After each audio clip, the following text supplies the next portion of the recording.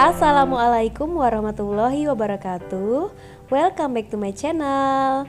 Kali ini saya akan berbagi pemahaman saya setelah mempelajari eksplorasi konsep pada modul 2.1.A4, memenuhi kebutuhan belajar murid melalui pembelajaran berdiferensiasi.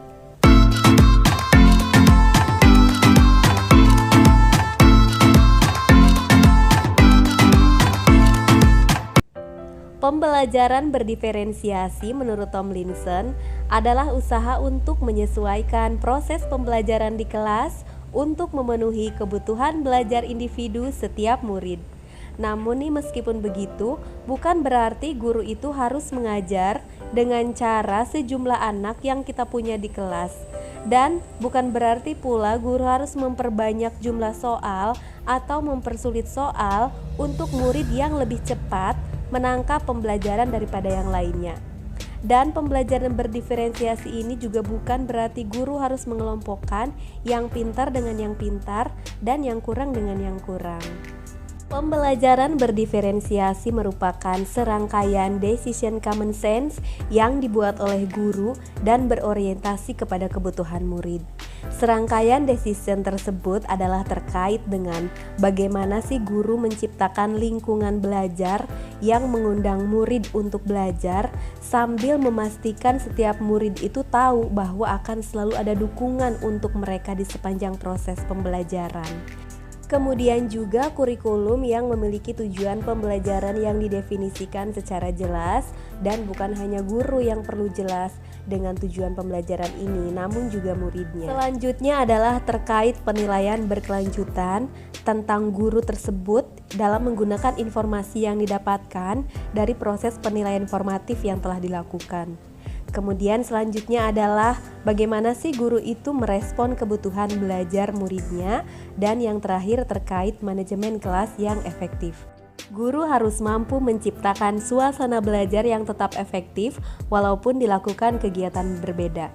Nah, yang perlu saya garis bawahi adalah di sini terjadi pembelajaran komunikasi dua arah sebagai wujud dari orientasi kepada kebutuhan murid.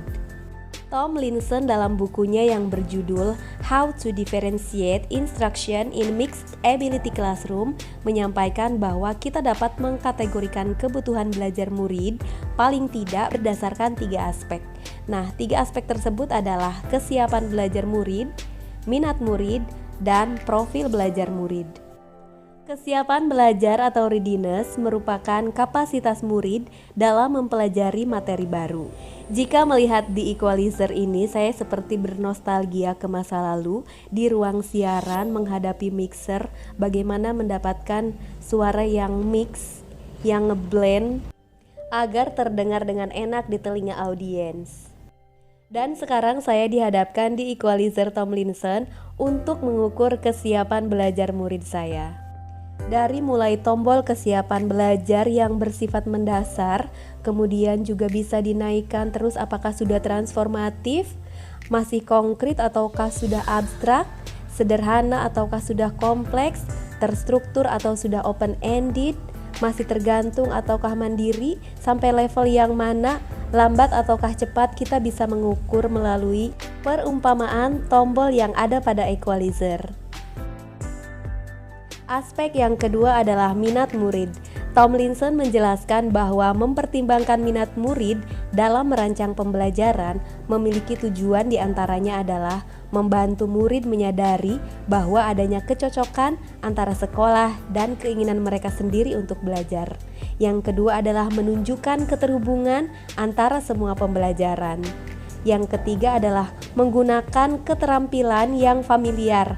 Artinya di sini sebagai jembatan untuk mempelajari ide atau keterampilan yang kurang familiar atau yang baru bagi mereka, dan bisa meningkatkan motivasi murid untuk belajar. Aspek yang ketiga adalah profil belajar murid. Profil belajar murid merupakan gaya belajar atau pendekatan belajar yang disukai oleh murid. Dalam hal ini kita harus mengetahui latar belakang seperti bahasa, budaya, keadaan keluarga, dan kekhususan lainnya. Tujuannya adalah untuk memberikan kesempatan kepada murid untuk belajar secara natural dan efisien. Nah, demikian pemaparan pemahaman saya tentang eksplorasi konsep pada modul 2.1.A.4. Semoga bermanfaat. Billahi taufiq wal hidayah. Wassalamualaikum warahmatullahi wabarakatuh. Salam dan bahagia.